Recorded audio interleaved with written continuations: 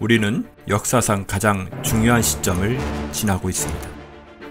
하나님께서는 하나님의 일을 하시기 전에 사람을 준비시키셨음을 우리가 알고 있습니다. 하나님 말씀은 마지막 때에 대추수, 대부흥의 때가 있다고 분명히 예언하고 있습니다. 아멘. 하나님의 말씀이 그대로 성취될 것을 믿습니다.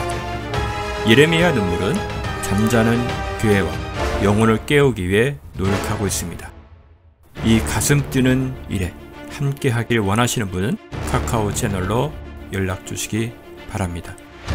당신은 위대한 하나님의 사람입니다.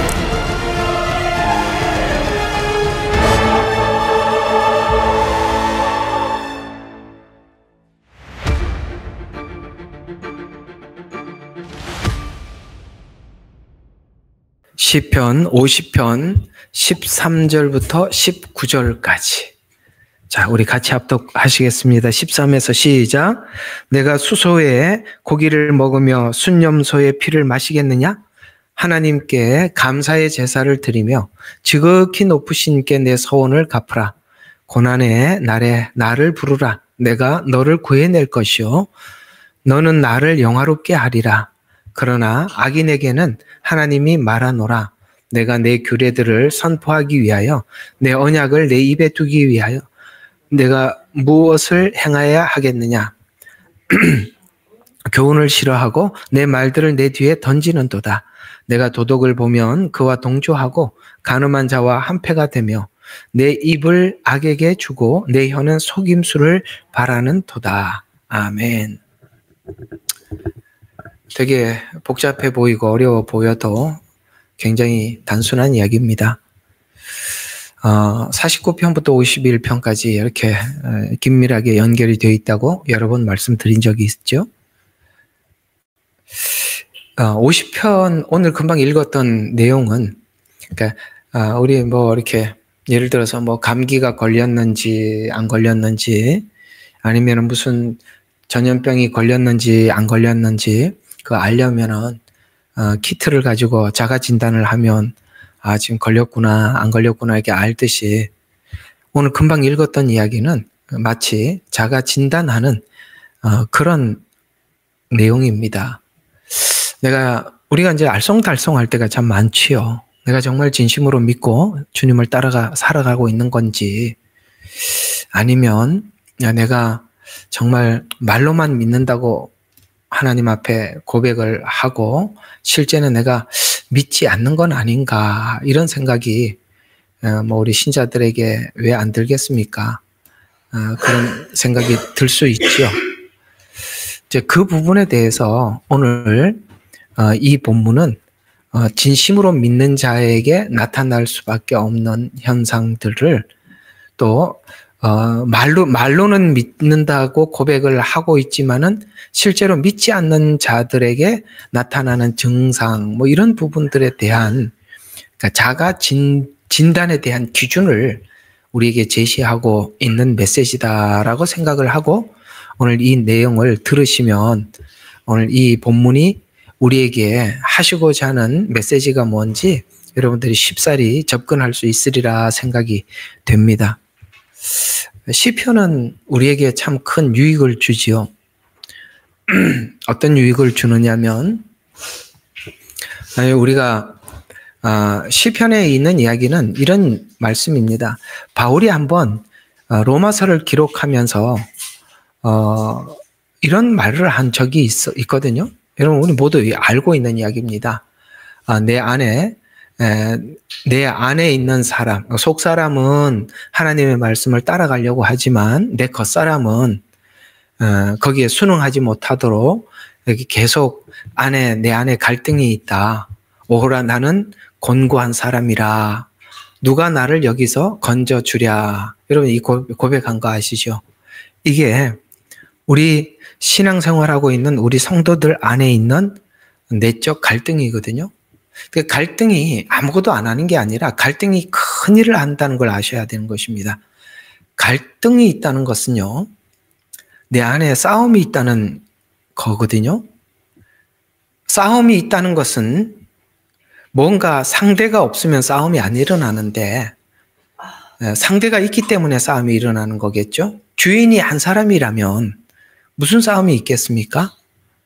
주인이 둘이기 때문에 싸움이 있는 것입니다. 우리는 겉사람도 있고 속사람도 있습니다.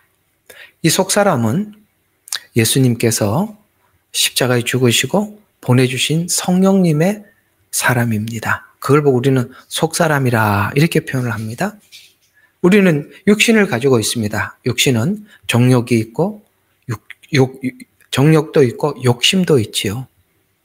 이런 것들이 우리 안에 계속 하나님 말씀이 들어오면서 이렇게 트러블이 일어날 수밖에 없고 내적 갈등이 있는 것입니다. 신자가 내적 갈등이 있는 것은 정상이고 내적 갈등 안에서 패배를 경험하면서 과연 내가 신자인가라고 이번 주일날 말씀드린 것처럼 그런 자책이 드는 것도 그게 없다면 무슨 이상한 겁니다. 그럴 리가 없습니다. 우리가 만약에 그게 없다면 오늘 종교인이다 이렇게 표현을 하고 있는 것입니다. 오늘 그 부분에 대한 진단이거든요. 우리는 이게 시편이나 시가서의 도움을 받으면서 내 안에 전쟁이 무엇이고 어디를 향해서 어느 방향을 향해서 가고 있는지를 시편은 우리에게 가르쳐 주는 바람에 우리에게는 큰 도움을 받고 있는 건 사실입니다.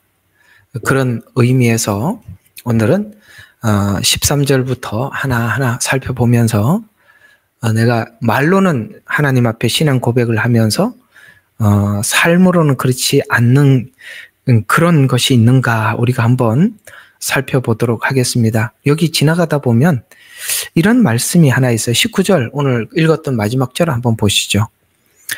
내 입을 악에게 주고 내 혀는 속임수를 말하는도다. 이게 무슨 말입니까? 우리는 입을 악에게 줬다라는 말은 말은 그렇습니다. 말은 마음의 색깔을 마음에 있는 그 내 안에 마음에 뭐가 담겨 있는지를 이렇게 드러내 주는 것이죠. 그러니까 예수님 그렇게 말씀하시지 않습니까? 우리 쌓인 선에서 이렇게 뭐가 쌓여 있단 말이에요. 우리 마음속에 쌓인 선에서 선을 내고 쌓인 악에서 악을 낸다. 그러니까 말이라는 것은 내가 마음에 없는 것을 끄집어낼 수는 없는 겁니다. 우리가 이거는 어쩔 수가 없는 거예요. 아무리 감추려고 해도 안 되는 거죠. 사람이 인생을 살아가면서 우리는 이제 외국을 이렇게 오래 살았지 않습니까? 가면은 각 사람들마다 이제 제일 어려운 숙제가 뭐냐? 언어입니다. 이게 말을 해야 참 뭘 할 거 아닙니까? 근데 어떤 사람은 꼭 어울리는 대상들이 외국에 가서 외국인들을 만나도 껄렁껄렁한 깡패들만 만나는 사람들이 있어요. 그 사람들은 배우는 언어들이 욕부터 배웁니다. 중국 그렇게 오래 살아도 지금도 욕이 뭔지 모르겠어요. 왜? 저는 크리스찬들만 만나고 그렇게 하니까 사람들이 지나면서 욕을 해도 저게 욕인지 아직도 욕이 뭔지 파악을 못했습니다. 근데 좀 이렇게 꼭 이렇게 술 먹고 나쁜 사람들하고 어울리는 사람은 일주일이 채 안 돼갖고 욕이란 욕은 다 배우고 다니더라고요. 우리가 어울리는 사람들이 다 그런 겁니다. 여기 입이 뭐라고 입을 어디에다 줬다고요? 악에게 줬답니다. 그러니까 입을 악에게 줬다라는 말은 다른 말은 악과 연합되었다는 거예요. 그러니까 입을 악에게 주고 그 다음에 혀는 속임수를 바란다라고 말합니다. 그러니까 만나고 관계하는 사람들은 악한 사람들이고 안에서 나오는 거예요. 전부 다 거짓말만 만들어 지어낸다. 이런 이야기가 되는 겁니다. 요즘은 샘플이 있으니까 잘 확인하시면 되겠습니다. 요즘은 샘플을 소개할 필요가 없어요. 예. 오늘도 아주 그 샘플이 기가 막히는 이야기를 했더만요. 참, 우리가, 그래도 악이 어느 정도일까? 우리는 사실, 그런 사람들을 접할 기회가 없으니까 잘 모르는데 하나님께서 이 마지막 때 이 적그리스도의 세력이나 악한 자들이 얼마나 음흉하고 간계스러우며 악한 계획을 꾸미는지를 우리가 모두에게 학습할 수 있는 시간을 그래도 주셔서 감사할 겁니다. 지금 돌아 생각해 보면 이 말이 참 일리가 있어 보여요. 어떤 것이었냐면은 전에는 제가 이해되지 않는 말이었는데 지금은 이게 다 이해가 돼요.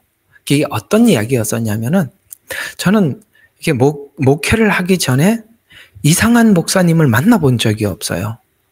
저는 제가 모셨던 목사님들은 어디를 내놔도 손색이 없는 정말 훌륭한 목사님들을 목회하기 전에 만났었습니다. 그리고 제가 만났던 목사님들이나 주변에 있는 크리스찬들이 다 정말 참 진실한 크리스찬들이었었어요. 그러다 보니까 이 악한 사람들이 얼마나 악하고 얼마나 음흉하는지 그 깊이와 그런 거에 대해서 전혀 저희들은 정말 몰랐습니다. 정말 몰라요. 근데 제가 목회를 하러 가기 전에 전도사 때였어요. 저희 담임 목사님이 이제 저를 기도해 주면서 보내시면서 제가 알 수 없는 말을 하면서 보내시더라고요. 정말 무슨 말인지 몰랐었습니다. 이게 뭐라고 말씀을 하셨냐면은 지금은 그 말이 이해가 가요. 참 이해하는데 오래 걸렸어요. 전도사님은 모든 부분에서 잘 준비되어 있습니다. 참 귀하신데 딱 한 가지가 걱정이 되는데 이게 전사님 어디를 가셔도 다 우리 같다고 생각하시면 안 됩니다 하면서 저를 보내시더라고요. 난 그게 무슨 얘기인지 전혀 몰랐어요. 그러니까 걱정됐던 거죠. 그러니까 제 생각에는 목사님이 그렇게 보신 것 같아요.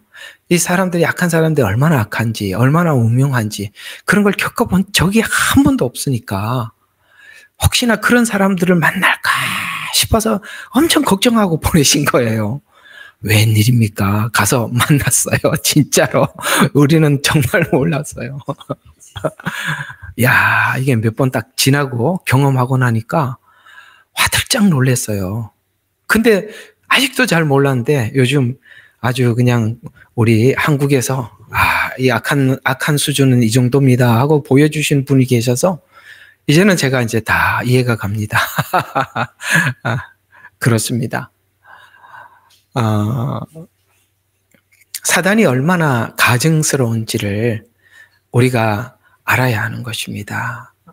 순진한 게 전부가 아니라 성경은 비둘기처럼 순결은 내가 지켜야 될 신앙이라면 뱀처럼 지혜로움이란 뱀은요, 내가 공격해야 될 대상과 피해야 될 대상을 정확하게 판단하고 피해야 될 대상은 정확히 피하고 공격할 대상은 공격을 합니다. 소리 없이 피하지요. 그게 지혜랍니다.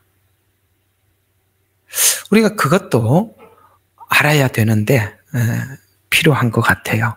지혜가 필요하다는 거 참 여러 번 우리가 이렇게 생각을 하게 됩니다. 여기 19절의 말씀이 입은 악에게 주고 혀는 속임수를 말하는 도다. 내가 앉아서 내 형제를 공박하고 내 어미의 아들들을 비방하는 도다. 이것이 바로 그 사람이 잘못된 신앙.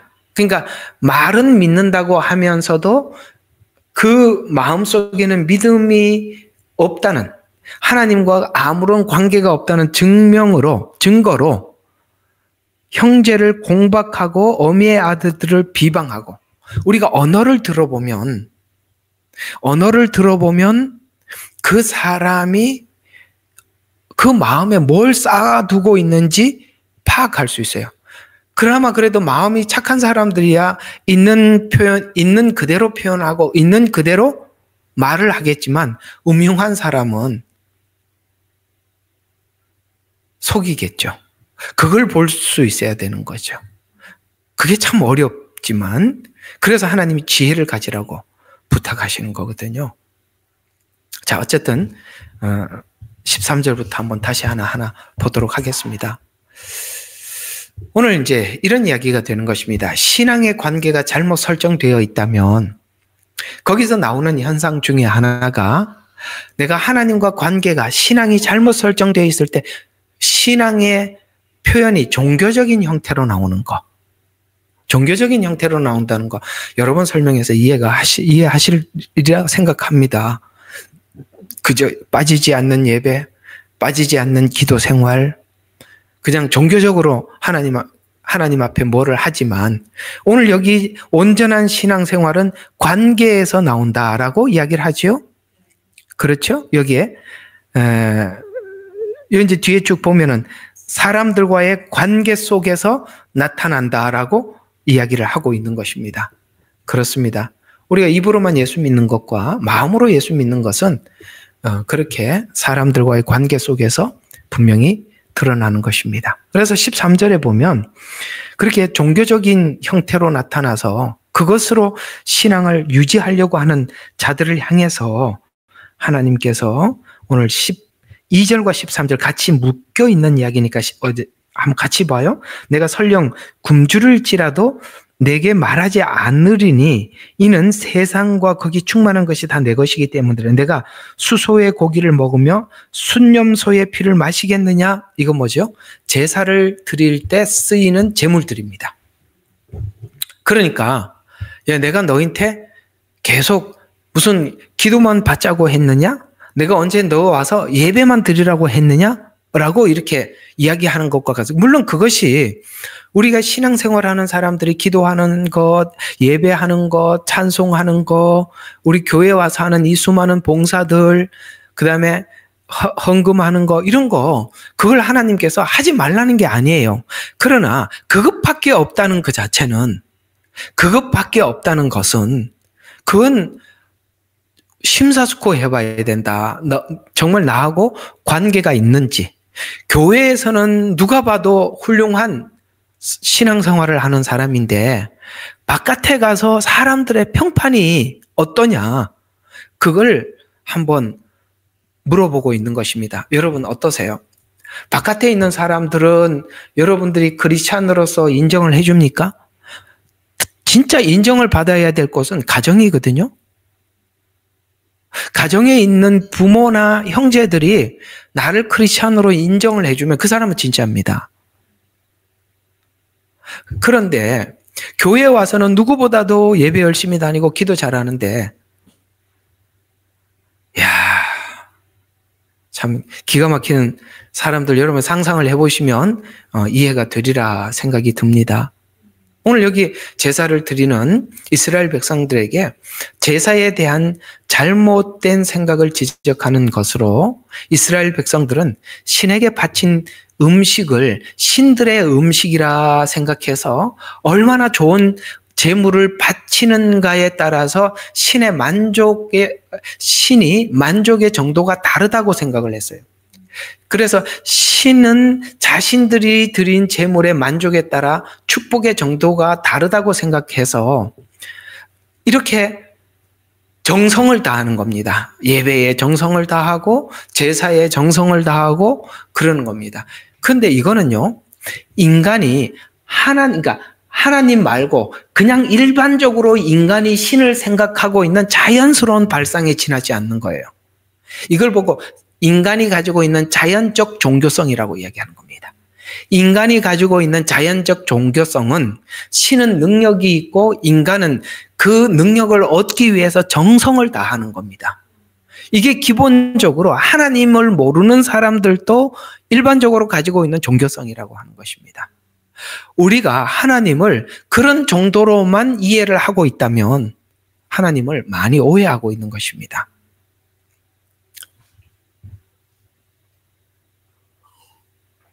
우리 한국 기독교의 초창기에 교회가 들어왔을 때 대부분의 사람들은 이런 일반적인 종교성을 가지고 하나님을 섬겨왔었어요. 아시다시피 우리 처음에 예수 믿었던 많은 분들은 큰 먼 거리를 마다하지 않고 새벽 예배를 다녔었고, 그 다음에 토요일이면 목욕을 하고, 그 다음에 주일날 아침에 일찌감치 가서 정숙하게 앉아있고 그랬었습니다. 그것을 탓하자는 얘기가 아니에요. 거기에 하나님께 그 정성을 드린다는 것은 좋지만 그것밖에 없다면, 그 얘기입니다. 그것밖에 없다면 하나님이 요구하는 우리의 인격의 변화와 그 변화된 인격을 가지고 이웃에게 하나님의 사랑으로 대하는 이런 것들이 없다면 원래 하나님이 우리에게 요구한 것을 오해를 하고 있는 것입니다. 제가 어제 여러분들과 함께 화요성경 공부를 하면서 우리 한국 목회자 연구 데이터에서 나온 것을 제가 여러분들한테 발표를 해드리면서 신앙생활을 하는데 내 인격의 변화에 대해서 어느 정도 인식하느냐라는 것에 대해서 여러분 기억하세요? 6%밖에 되지 않는다는 거. 성경은 분명히 이렇게 말씀하고 있어요. 하나님께서 우리를 구원하신 이유에 대해서 거룩하고 흠없게 하시려고 우리를 구원하셨대요. 그건 인격의 변화거든요. 근데 이런 것에 대한 인식이 없다는 거예요. 우리에게. 그건 만약에 그런 인식 없이 그저 종교성만 있다면 하나님에 대해서 알고 믿는 것이 아니라 내가 생각하고 있는 종교성을 가지고 하나님을 섬기는 것이라는 거예요. 지금 50장의 지적이 그겁니다. 오늘 여기 그 얘기죠. 한번 다시 보세요. 내가 수소의 고기를 먹으며 순념소의 피를 마시겠느냐라는 말은 예배 때 정성을 다하는 정성의 정성. 내가 그걸 위해서 내가 너희들에게 그거 하라고 예수를 십자가에 못 박았느냐? 이렇게 질문하는 것과 같은 이야기가 되는 것이죠. 그렇죠. 예수님께서 십자가에 죽으신 이유가 단순히 그런 정도의 이유뿐이라면 이건 심각한 거죠? 그렇지 않습니다. 그래서 우리가 금방 말씀드렸던 이런 개념은 인간이 신을 이해하는 종교적 발상에서 나온 개념으로 신의 능력을 구하기 위해서 인간은 정성을 쏟아야 한다고 생각한다면 하나님을 잘못 이해하고 있는 것입니다. 하나님은 재물에 관심이 있지 않고 재물을 드리는 자의 마음에 관심이 있어요. 이게 중요한 겁니다. 주님은 우리 보고 얼굴을 보자고 그랬지 네가 손에 뭘 들고 왔느냐 보는 게 아니라 이 말이에요. 네 손에 뭘 들고 왔느냐. 그러니까 우리가 뭘 들고 와서 하나님이 손에 든 걸 달라. 내가 이걸 드릴 테니까 당신은 이걸 주시오. 하나님과 우리가 손이 만나는 게 아니라 얼굴이 만나는 거예요. 인격이 만나는 거란 말이에요. 그래서 하나님은 재물에 관심이 있지 않고 재물 드리는 자의 마음에 관심이 있기 때문입니다. 성도는 예배를 드리는 순간이 그 시간이 자신의 신앙을 표현하는 시간이 아니라 예배 드리는 예배자들의 마음이 예배의 표현이라고 말씀하고 있는 것입니다. 그 마음은 밖에 일상을 살아가면서 사람들에게 우리가 삶으로 보여주는 예배가 될 것입니다. 자, 이 말씀을 여기에 51편에 있는 말씀을 잘 풀어놓은 말씀이 있습니다. 그것이 이사야서 1장 11절과 17절입니다. 이사야서는 바로 예배에 대해서 이야기를 하려고 하는 것입니다. 1장이 그 얘기니까요. 너희들의 예배를 한번 진단해보자. 나하고 좀 변론 좀 해보자. 라고 하지요. 자, 거기에 보면 이런 말씀이 있어요. 너희가 무수한 희생물이 내게 무슨 소용이 있느냐. 번제물, 그 다음에 짐승의 기름, 수송아지나 어린 양, 순념소의 피를 기뻐하지 않는다. 이렇게 못을 받고 하나님이 원하는 것은 하고 뒤편에 그렇게 나와요. 하나님 뭘 원해요? 스스로 씻으며 스스로 씻는다는 건 뭡니까? 내가 내 스스로가 하나님 앞에 자신을 씻는 것입니다. 우리가 성결해지는 것입니다. 그리고 너희 자신을 깨끗게 하며 내 눈앞에서 너희 악한 행위를 버리고 악행을 그치고 선을 행하며 공의를 추구하며 학대받는 자들을 도와주라 라고 말씀하고 있습니다. 하나님은 형식적인 제사보다 삶의 변화와 그 다음에 공의, 그 다음에 그것을 실천하는 신자가 되기를 원하는 거예요. 아시겠습니까? 우리가 삶의 변화가 있어야 돼요. 중요한 이야기를 누구를 위해서 성도 중에 이렇게 이야기를 해보면 그걸 들을 수 있을 때 그 사람 신앙이 차곡차곡 쌓여 있고 그 신앙의 힘이 갖추어져 있는 거거든요. 그래서 그 사람이 꼭 들어야 될 말을 평상시에 진짜 잘 들었더라면 설교 시간마다 책망이 있을 거 아닙니까? 우리에게 책망도 있고 권면도 각자에게 있을 것입니다. 그걸 설교 시간마다 잘 들었더라면 어떤 결정적인, 그러니까 면대면 앞에 서서 결정적으로 뭔가를 딱 말할 수밖에 없어서 말을 했을 때 이렇게 확 뒤집어 버리는 그런 반응은 나타나지 않을 겁니다. 이해가 가요? 예. 평상시에 그 말을 주었던 그에게 권면이었던지 책망이었던지 그걸 진심으로 받았더라면 면대면 앞에 서서 어쩔 수 없이 책망을 할 수밖에 없을 때 그때 그 말을 딱 들었을 때 나타나는 반응이 평상시에 자기가 하나님의 말씀을 들어서 자기 자신과 씨름을 한 자와 그렇지 않은 사람들은 완전히 다른 겁니다. 그게 얼마나 분명하고 사실인지 한번 확인해 줄까요? 여기 나옵니다. 어디 갔어요? 빨리 좀 찾아봐요. 나만 아는 건데 여러분들이 어찌 알겠습니까? 예, 15절이네요. 15절 한번 다 성경 한번 봐요. 느닷없이 15절로 넘어가니까 한번 봅시다. 이 말이 참 중요한. 고난의 날에 나를 부르라. 내가 너희를 구해낼 것이요. 너는 나를 영화롭게 하리라. 무슨 말이죠? 진짜 평상시에 하나님 주신 작은 권면들을 우리가 받아서 우리 안에서 소화하고 씨름하고 넘어지고 또 다시 세우고 그래서 여러분들이 계속 뭔가 발전을 하고 나면 성숙해져 가고 나면 진짜 어떤 고난의 날이 오는데 그때 하나님께서 우리를 도와주신대요. 여러분 지금 소소한 아멘 아무리 해도 소용없어요. 앞에서 아멘 하고 아멘 하면서 큰 소리 치면 뭐 할 겁니까? 막상 하나님이 주시는 작은 책망 권면 하나 가지고 실험한 적이 없는데 그럼 무슨 소용이 있겠어요? 결정적으로 그 고난의 날에 내가 그걸 다 감수해야 돼요. 우리가 뭔가 결정을 한번 잘못해서 평생 짐을 지고 갈 수도 있는 겁니다.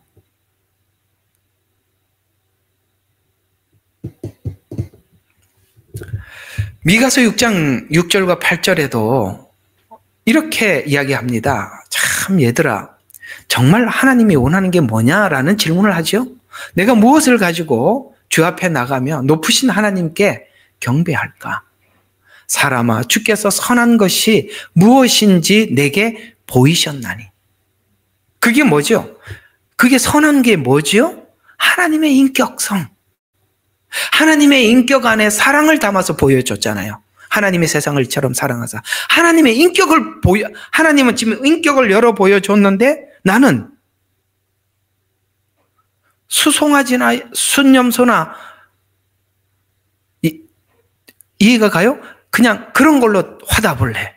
나는 지금 인격을 가지고 사랑을 가지고 왔는데 하나님은 주께서 우리에게 무엇이 선한지 보여줬단 말이에요. 하나님의 인격을 보여줬다는 것이죠. 그래서 하나님의 인격을 네가 받았다면 주께서 내게 요구하는 것은 오직 공의를 행하며 인자를 사랑하며 내 하나님과 겸손히 동행하는 것 아니냐. 네가 하나님의 인격을 네 마음에 담아두고 산다면 하나님과 함께 동행하는 것이다. 하나님과 동행하는 사람들에게 나타나는 것이 뭐예요? 사람들에게 그 하나님의 성품을 열어 보여주는 것이다. 그래서 여기 뒤편에 그렇게 쭉 나오는 거예요. 그 쭉 뒤쪽에 가보면 우리가 진정으로 하나님 앞에 그렇게 살아가게 될 때 이웃에게 우리가 어찌 이렇게 하게 된다라고 성경은 우리에게 지적해주고 있는 것입니다. 또 마태복음 5장 23절과 24절에 보면 그러므로 내가 예물을 제단에 드리러 다가 거기서 내 형제가 내게 원망을 품고 있는 것이 생각나거든. 그러니까 우리에게 원망 들을 만한 일이 생각이 나거든. 뭐부터 하라고요? 내 예물을 거기 두고 먼저 가서 내 형제와 화해하고 그 후에 와서 예물을 드리라. 우리가 하나님의 말씀을 듣다가 보면 하나님께서 우리 마음속에 주시는 어떤 감동들이 있을 때가 있어요. 얘야, 이렇게 오늘 말씀을 쭉 들어보니까 그때 내가 잘못했네. 이건 그때 내가 화해를 해야 되는 일이구나. 내가 용서를 구해야 되는 거구나. 이런 게 떠오를 때가 있다 이 말이에요. 그러면 그걸 하고 와서 하나님 앞에 다음에 예배 드리라는 거예요. 근데 또 와서 그걸 하려고 하는데 그게 생각이 나면 그거부터 하고 오라는 거예요.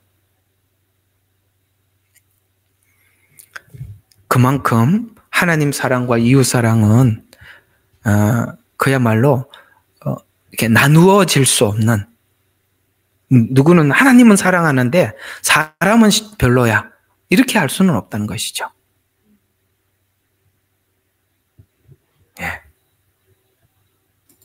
14절과 15절 이어서 계속 보겠습니다. 하나님께 감사의 제사를 드리며 지극히 높으신 분께 내 서원을 갚으라. 고난의 날에 나를 부르라. 내가 너를 구해낼 것이요 너는 나를 영화롭게 하리라.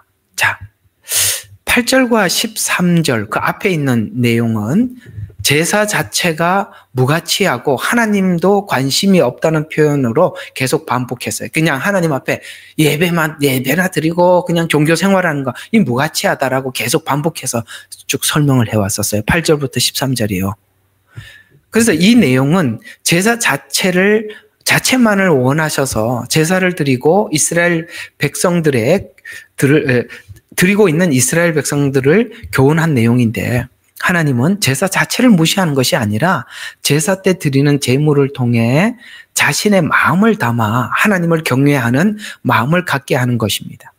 감사의 내용에 뭐를 담으라는 것이냐면은, 이 제물 속에 뭐를 담아서 드리라는 거냐면은 거기다 마음을 담고 찬양을 담는다는 것은 이 모든 것은 다 하나님이 받으셔야 될 영광입니다라는 뜻에서 찬양이에요. 아시겠어요? 하나님께 찬양을 한다는 것은 그저 찬양만 부른다는 얘기가 아니라 이 모든 것에 주인은 주님이십니다. 이 모든 것에 내게 이렇게 이 일을 하게 하도록 이렇게 능력을 주시고 은혜를 주신 것도 하나님이십니다.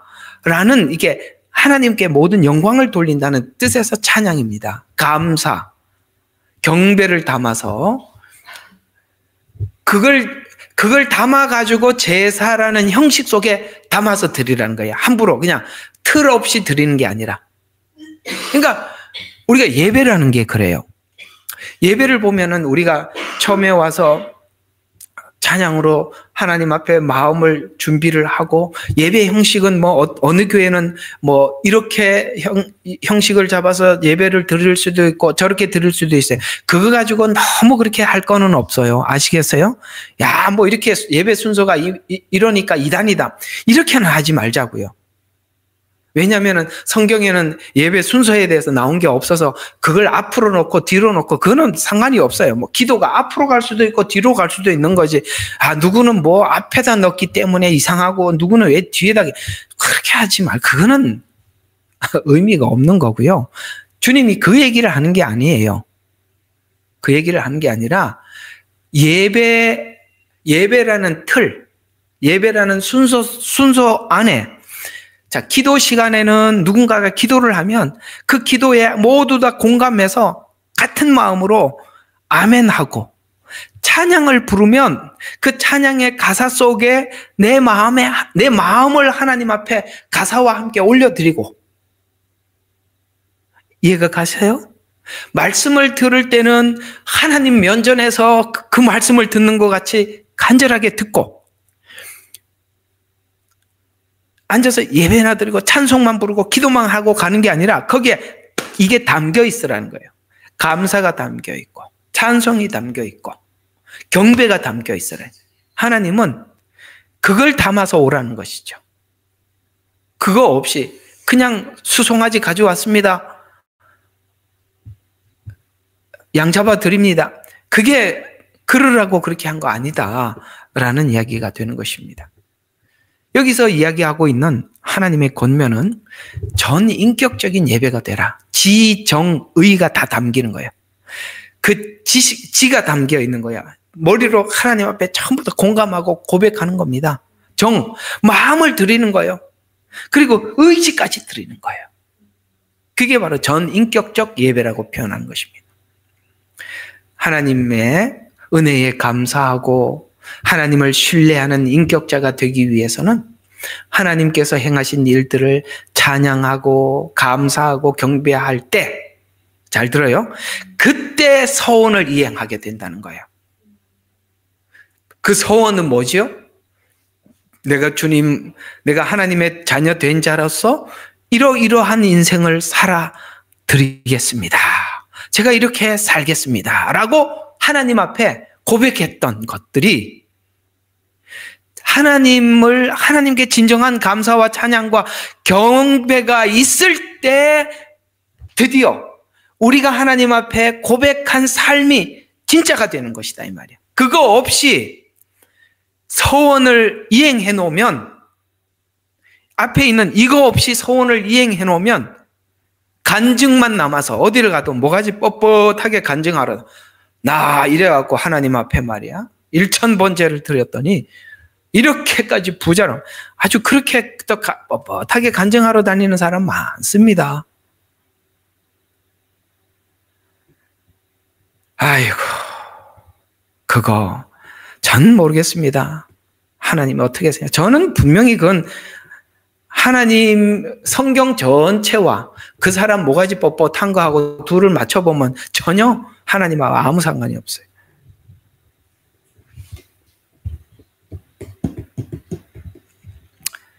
그렇습니다. 참 조심해야 돼요. 감사, 찬송, 경배 없는 행위는 교만입니다. 그래서 첫 만남에서 약속했던 서원을 다른 목적 말고 오직 감사함으로 바치고 드려라, 이 일이 성사되기까지 어떤 사람은 평생이 걸릴 수도 있고 지금 할 수도 있어요. 평생이 걸릴 수도 있어요. 이것이 자기 사랑을 극복해야 가능한 일이에요. 자기를 사랑하는 사람은 평생을 해야 돼.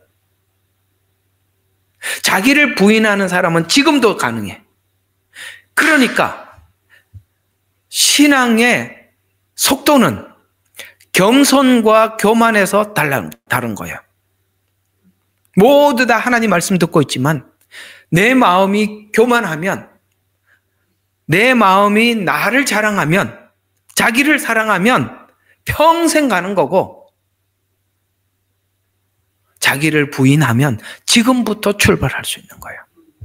교만과 겸손 사이에서 치열한 영적 전쟁이 있다는 거 아셔야 하는 것입니다.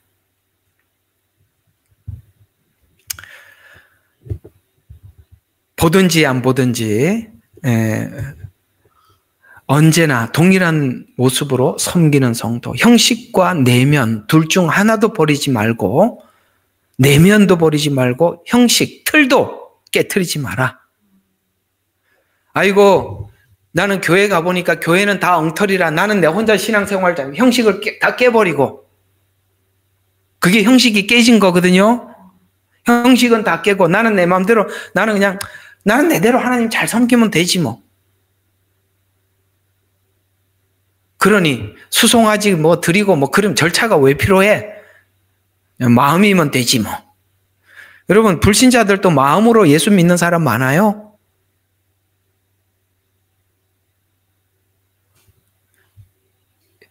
둘 다 필요합니다. 아셨어요? 형식도 내면도 다 필요한 겁니다. 내가 다니는 교회에 내가 보기 싫은 사람이 있어도 다녀야 돼. 그리고 하나님 그 사람을 사랑할 수 있도록 도전하셔야지. 얼마나 자기중심적이고 이기적이면, 사랑할 자만 사랑하면 무슨 사랑의 유익이. 예수님이 그러셨잖아요. 사랑할 자만 사랑하면. 세상 사람들도 그거는 안다. 이렇게 말씀하셨어요. 자, 그 다음 감사로 소원을 지키라는 말. 소원을 갚는 것은 감사의 표현이다. 이 말 이해가 가요? 소원을 지키는 하나님께 약속한 것을 이행하는 것은 감사의 표현이에요. 내가 감사할 자에게 감사한 표현으로 내가 그 약속을 지켰는데 자랑할 게 없죠. 왜? 내가 하나님께 했을 뿐인데. 그걸 사람들인데 자랑할 거 아무것도 없죠. 또 소원을 갚는 것은 하나님을 하나님으로 생각하기 때문에 나타나는 믿음이다. 안 보이지만, 그분이 눈에 보이지는 않지만 내가 그것을 행하는 것은 믿음의 표현이다. 믿기 때문에. 그 다음에 소원을 갚는 것은 마음속 깊은 곳에 헌신에 대한 표현이다. 헌신. 우리가 대략 하나님 앞에 서원한 모든 것들은 우리가 뭔가 희생을 하고 헌신을 해야 될 어떤 부분들을 하나님 앞에 서원을 했을 것입니다. 그것은 바로 마음속 깊은 곳에 있는 헌신을 드리는 것이고, 또 서원을 갚는 것은 하나님과 신뢰관계를 표현하는 중요한 표현이다. 신뢰관계. 하나님을 신뢰한다는 거죠. 시편 116편 12절과 14절에 보면 우리가 이런 생각을 하는 게 당연한 거거든요. 자, 이런 생각을 할 때 우리가 하나님 앞에 행위가 뒤따라 나오는 거예요. 한번 봅시다. 내가 주께서 내게 베푸신 모든 은혜를 무엇으로 보답할까? 여러분, 이걸 생각도 한 번도 안 해보고 예수님을 믿고 살아가고 있다. 그럴 수는 없죠. 무엇으로 보답할까? 내가 구원의 잔을 들고 주의 이름을 부르며 이제 주의 모든 백성 앞에서 내 서원을 주께 갚으리이다. 그게 뭐냐? 각자가 다르겠죠.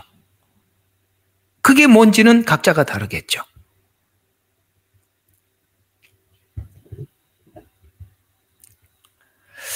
여러분, 지난날 하나님 앞에 주여, 제가 정말 주님의 은혜 가운데 들어가게 될 때 제가 이렇게 살아보겠습니다 라고 구했던 거, 여러분들이 하나님 앞에 신앙이 회복이 되고 경건이 회복이 되고 감사가 회복이 되셨다면 하나님은 그 일을 실행할 수 있도록 하나님 은혜를 주십시오. 저는 거기에 도전하겠습니다. 한번 시작해보면도 좋을 듯합니다. 오늘 말씀을 듣고 있는 여러분들 중에서도 지난날 하나님 앞에 서원한 거, 약속한 것이 있다면 하나님, 이제 하나님의 그 은혜에 내가 무엇으로 보답할까? 라고 했을 때 이렇게 보답해라 라고 부탁하셨던 그 부탁들이 있으시다면 한번 실행해 보심도 좋겠습니다. 15절입니다. 고난의 날에 나를 부르라. 내가 너를 구해낼 것이요 너는 나를 영화롭게 하리라. 자, 자, 이 말씀은 감사하는 신자의 삶은 고난의 날 건져주신다고 약속합니다. 여러분, 이게 무슨 뜻일까요? 우리가 일상생활 속에 하나님과 깊은 관계를 가지고 살면 어떤 유익이 있냐면 여기 이제 고난의 날이라고 이야기하는데 이 말은 역설적으로 이런 의미가 담겨 있어요. 고난의 날이 왔는데도 내가 고난의 날이 왔는 줄도 모르게 넘어가는 고난의 날들. 하나님과 깊은 관계가 없는 사람들은 고난이 크게 찾아와요. 그러나 하나님 앞에 신실한 사람들은 고난의 날이 앞에 큰 게 지나가는데도 내가 느낌이 별로 없어요. 왜냐하면 나는 그냥 하나님 앞에 하던 대로 하는 것뿐이거든요. 그게 누구였죠? 다니엘입니다. 다니엘은 하루에 3번씩 계속 예루살렘 성전을 향해서 기도했어요. 어느 날 왕이 바뀌었어요. 페르시아 왕이 다리오 왕이 드디어 다리오 왕이 되었습니다. 적국이 들어와서 바벨론을 멸망을 시키고 페르시아가 정권을 잡게 되었을 때 다니엘은 아무 다른 신하들과 다르게 그의 깨끗함, 그의 정직함을 알고 묻지 않고 다시 총리가 됩니다. 놀랍지요? 적국에 전에 총리였는데 지금도 총리라는 말은 얼마나 신임이 있으면 정복한 왕이 총리 자리를 줬겠습니까? 그랬었어요. 근데 일부 신하들이 거기에 시기해서 조서를 찍게 만들고 다리오 왕에게죠. 그 다음에 나중에 기도하는 사람이 있으니까 왕 말고 다른 일을 하나님을 섬기는 이런 사람이 있으니까 그러니까 조서를 딱 찍게 해서 기도하는 걸 보고 고발을 해서 사자굴에 넣었습니다. 그랬더니 하나님이 사자굴에서 건져주셨죠. 하던 대로 사는 겁니다. 원래 우리가 하던 대로 계속 하는 사람들은 무슨 어려운 일이 와도 하던 대로 그냥 하기 때문에 죽든지 살든지 계속 가기 때문에 만약에 거기 들어가서 사자굴에 들어가서 사자밥이 되었더라면 다니엘은 다니엘 사명이 끝났기 때문에 그랬겠죠. 또 바울과 실라도 그래요. 하던 대로 하는 거예요. 복음을 전하다가 옥에 갇혔어요. 그들은 늘 전도하고 집에 돌아와서 기도하고 찬송했어요. 그 옥에 갇혀서도 또 찬송하는 거예요. 그랬더니 옥문이 열려버렸어요. 하던 대로 했어요. 기도를 하던 대로 했더니 사자가 입을 다물어요. 다니엘에게. 하던 대로 했더니 옥문이 열려요. 무슨 말이에요? 고난의 날에 너를 구해줄 것이다. 우리가 일반적으로 하나님 앞에 살아가는 이 경건의 삶이라는 것이 이렇게 중요한 겁니다. 우리가 어떤 상황이 오더라도 그냥 하던 대로 하는 거예요. 아셨습니까? 하던 대로 하는 거예요. 신자의 성실한 삶은 고난을 지나치게 만드는, 쓱 지나가는데 나도 모르게 지나가는 거예요. 자, 16절 우리 한 절만 더 하겠습니다. 그러나 악인에게는 이제 자, 의인은 그렇게 하신다고 했는데 악인에 대해서 나옵니다. 하나님이 말하노라 내가 내 규례를 선포하기 위하여 내 언약을 내 입에 두기 위하여 내가 무엇을 행해야 하겠느냐라고 묻습니다. 자, 16절을 보면 신자가 그러니까 오늘 7절부터 15절은 신자가 삶에서 감사가 담겨 있는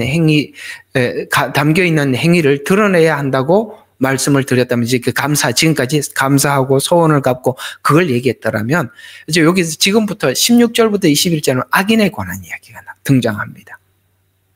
그 당시 현실 사회에서 위선적인 종교인들을 책망하고 경고하면서 이들의 종교 행위는 하나님께 은혜를 받은 신자와 아무 상관이 없으며 하나님의 선하심과 거룩하심이 삶에서 나타나지 않는 악인이면서 입으로는 주의 율례와 언약을 입으로 말하는 자들을 책망하는 내용으로 신자라고 말하면서 구원받지 못한 악인의 형태가 어떤 자들인지 돌아볼 수 있는 진단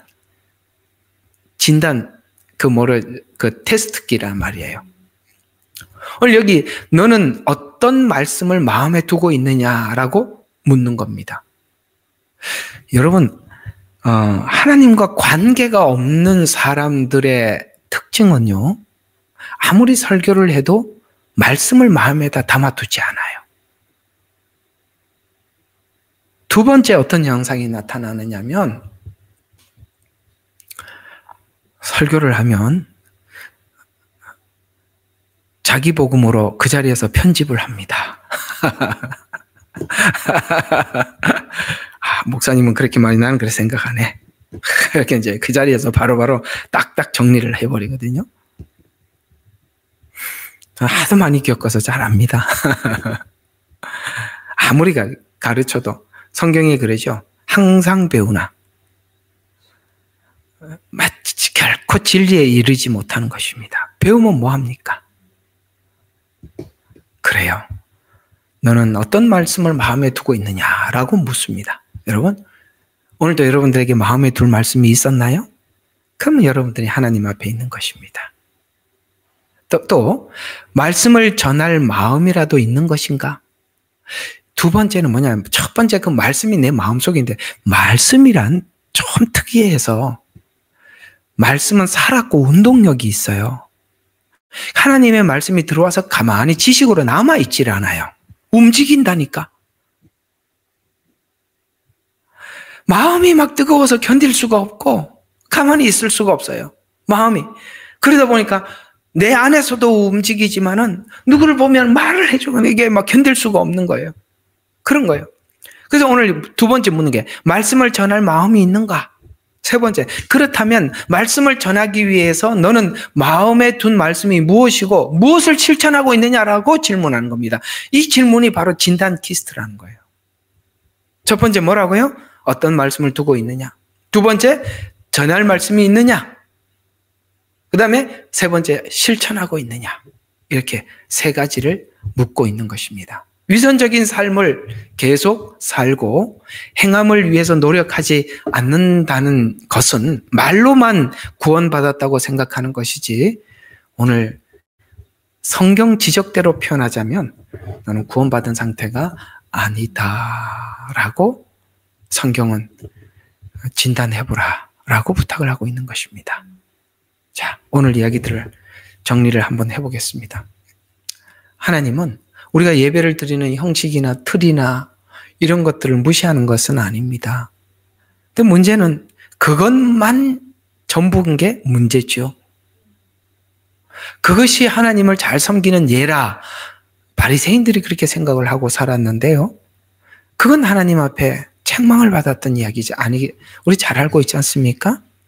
이런 것처럼 오늘 이 50편에 이 말씀을 우리가 하나하나 대입을 해보면서, 하나님, 내가 내 마음속에 말씀을 두고 있습니까? 그리고 내 안에 있는 말씀이 내 안에서 움직이고 또 사람들이 볼 때 그 말씀을 전할 마음이 있습니까?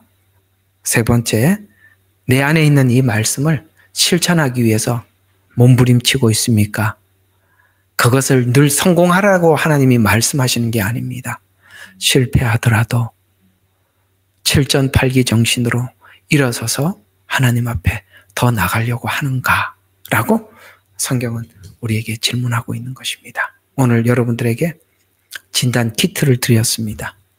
잘 확인해 보시고 내 신앙이 하나님의 앞에 고백과 일치하는지 점검해보는 좋은 말씀이 되시기를 부탁을 하면서 기도하고 마치겠습니다. 하나님 아버지 감사합니다. 오늘도 저희들에게 귀한 말씀 주셔서 참으로 감사합니다.